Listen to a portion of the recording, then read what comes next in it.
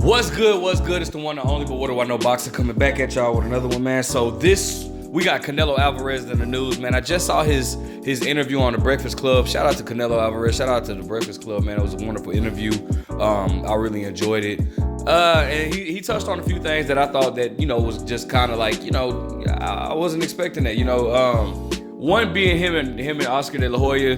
I knew that they weren't on speaking terms, but I didn't know, Canelo Alvarez, he, just really doesn't mess with Oscar De La Hoya. He says he feels like, basically, he's not a man of his word. He's not a loyal person. He doesn't know whether he lies or whether he's lying or anything like that. So, and that's sad to see, man. I think for one, I will say this, man. I do agree with Canelo Alvarez. A lot of promoters are like that. I don't trust any promoter. I'm gonna be honest with you.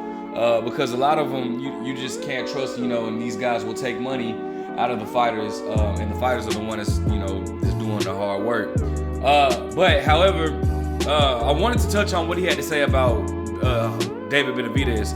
Now, Charlamagne is gonna always ask the tough questions, man. He doesn't care, and that's what I appreciate about Charlamagne the guy. But Charlamagne asked him, hey, why they say that you ducking Benavidez? Now, Canelo responded by saying, they say that all the time, at first they said I was ducking Austin Trout. I don't remember anybody saying that he was ducking Austin Trout because he really gave us that fight when we asked for it. Canelo, I give him credit for that. But people were saying that he was ducking Erislandy Lara. I remember that. They definitely were saying that he was ducking Triple G. I definitely remember that. I think everybody remembers that. I think that's probably the most notable one.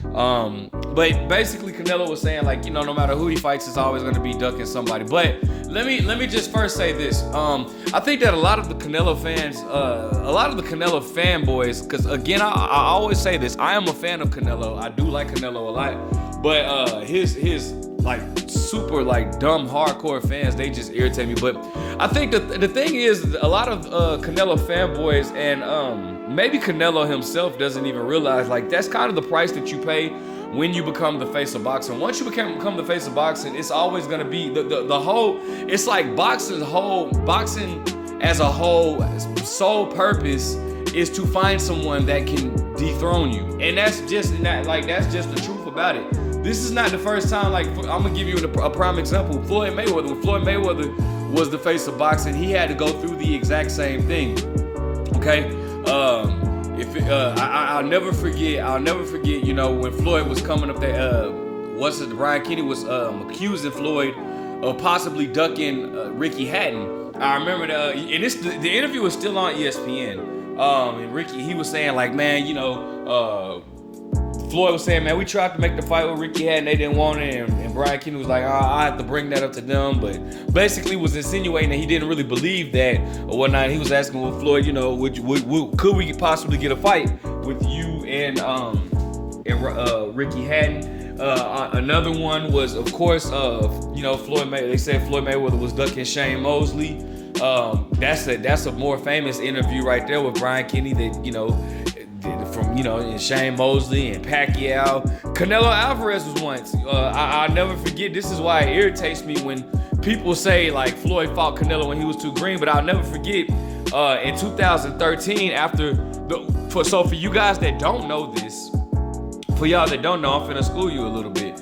Canelo Alvarez was actually supposed to fight Austin Trout on the undercard of Mayweather versus Robert Guerrero, but Canelo Alvarez put in his, I don't know if it was in the contract, but actually not even, it wasn't in the contract, but he was saying I'll only fight on your undercard if you agree to fight me in September.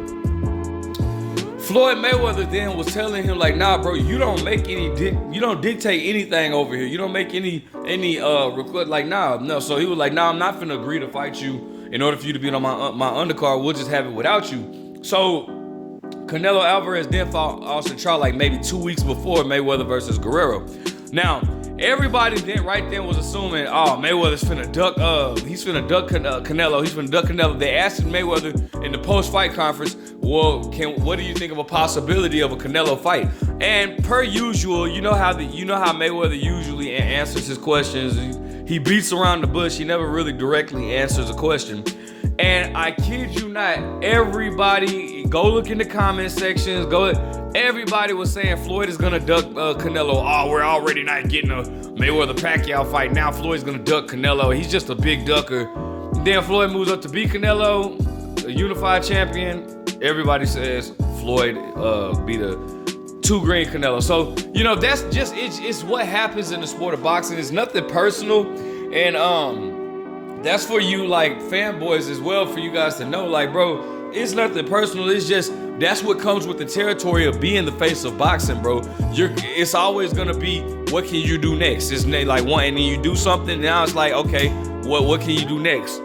But the thing about this situation, as far as Canelo fighting Benavidez, the reason why people are saying that Canelo is ducking Benavidez is because some of the moves that Canelo Alvarez makes, it does make you wonder, like, damn, like, what's so different about Benavidez? Because if you guys remember, Billy Joe Saunders actually brought this up, and I don't even like Billy Joe Saunders at all. But I remember Billy Joe Saunders had made a point saying, like, bro, it's funny because Canelo wasn't even thinking about becoming undisputed until David Benavidez got stripped for his title. Now, Canelo went and collect every belt from every champion. Now, granted, I've always stated this, and I'm going to continue to state this as well. It's not Canelo Alvarez's fault that Benavidez lost his title on the scales and lost his title to cocaine. But Benavidez did lose his title, and the WBC, who often bends their back for Canelo, sanctioned it. You know, the winner of Canelo versus I think Caleb Smith would become the WBC champion as well. So Canelo got Caleb Smith's belt. He got the WBA from Caleb Smith. He got what was it? No, the WBO from he got the WBO from Billy Joe Saunders. He got the IBF from Caleb Plant, but he did not fight David Benavidez. Like, again, that wasn't his fault that David Benavidez lost his titles, but Canelo did not fight David Benavidez. Now, David Benavidez then, tries to call for a fight with Canelo, and Canelo, he says, like, he hasn't fought anybody and this, that, and the third. But the thing about it is when you make moves like, fight Triple G for the third time, when the fight was 4 years past its expiration date, and then, listen, let's be honest, all right? Let's be honest for a second. Nobody in 2022 asked for a Triple G rematch. All right, let's be 100% honest. Nobody asked for a Triple G trilogy. I'm sorry, at that point, because we had already figured Triple G was old. We already knew what was gonna happen with that. Okay, so nobody wanted that fight. All right, nobody asked for Canelo to fight Jermell Charlo. All right, and Jermell Charlo is my favorite fighter at 154. Okay, but nobody asked Canelo to fight Jermell Charlo. The fight that we asked Canelo to have is against David Benavidez. And it's not, and people have to understand, like, I don't understand, like, why people are so sensitive about it.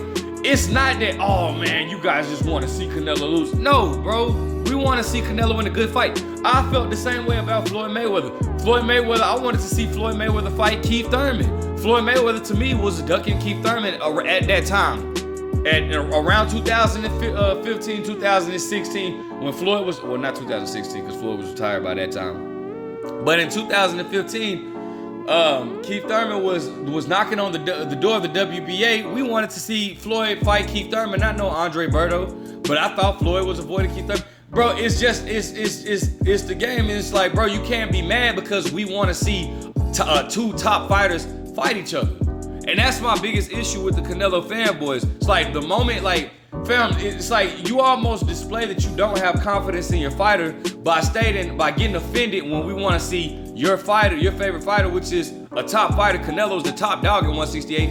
Fight another top dog at 168, which is David Benavidez. Instead, you guys like to say, well, what has David Benavidez done? Well, he hasn't done anything. Bro, obviously the man is passing the eye test. And if it's that simple, then why don't Canelo get in there and beat him? That's just the whole point to it. Nobody's picking on Canelo, but this comes with being the face of boxing. This type of responsibility. All right, you don't like it, get out and retire. All right.